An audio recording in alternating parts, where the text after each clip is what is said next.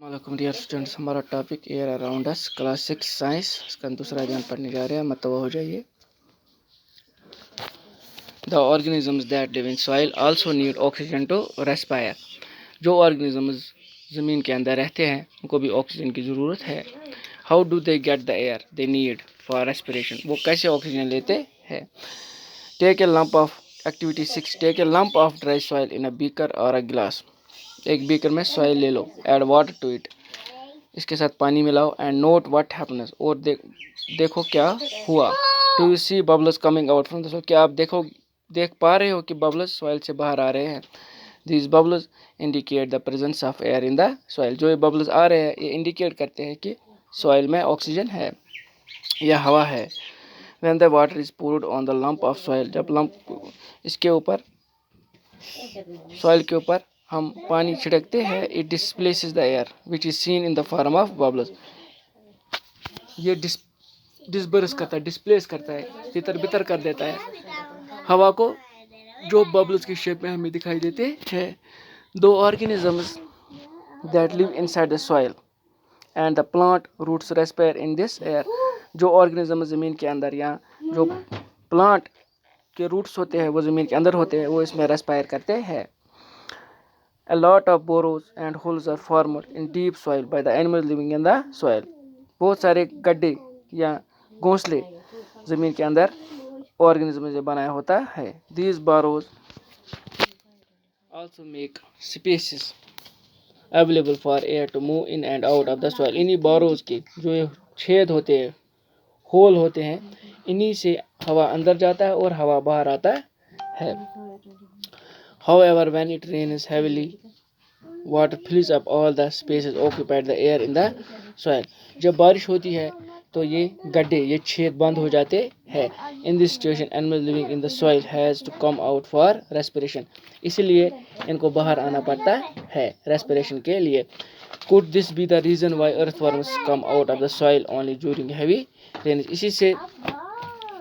इसी कारण जो अर्थवर्म्स हम देखते हैं ये ज़मीन से बाहर आते हैं, क्योंकि जब बारिश से छेद बंद हो जाते हैं तो इनको ज़मीन के अंदर हवा की कमी हो जाती है और ये सांस लेने के लिए ज़मीन के बाहर आते हैं। Have you ever wondered why all the oxygen of atmosphere does not get used up though a large number of organisms are consumed it? क्या आप कभी हैरान होते हो, ये सोचते हो कि इतने ऑक्सीजन हम लेते हैं ये ख़त्म नहीं होता। Who is refilling the oxygen in the atmosphere? तो ये रिफिल कैसे होता है।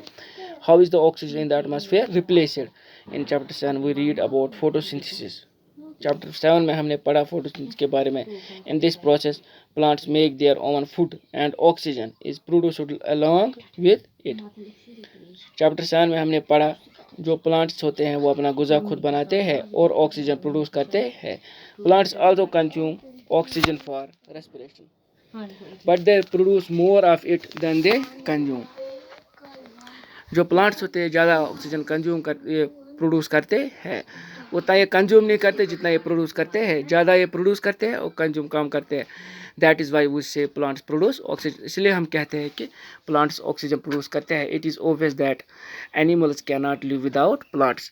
ये ऑब्वियस सी बात है, जो जानवर है वो प्लांट्स के बगैर ज़िंदा नहीं रह सकते। The balance of oxygen and carbon dioxide in the atmosphere is maintained through respiration in plants and animals and the photosynthesis in plants. This shows the interdependence of plants and animals. ये निर्भर करते हैं, plant animal पे निर्भर करता है और animal plant पे निर्भर करता है।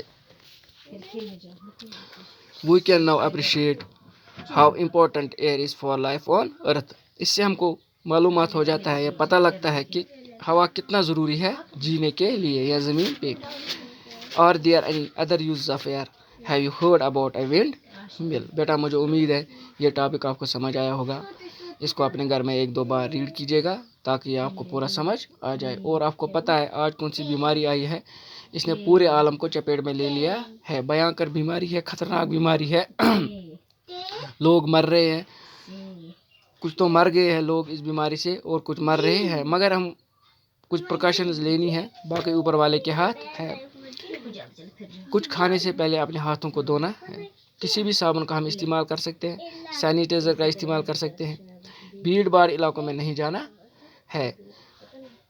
اگر بھیڑ بھاڑ علاقوں میں گئے وہاں کوئی سنکرمت روگی ہوا تو اس کا سنکرمن ہم کو لگ سکتا ہے اور ہم بھی سنکرمت روگی ہو سکتے ہیں. لہذا جب بھی آپ گھر سے باہر نکلو تو ماسک پہن کے نکلو. اللہ آپ کو خوش رکھے، سلامت رکھے. اللہ حافظ.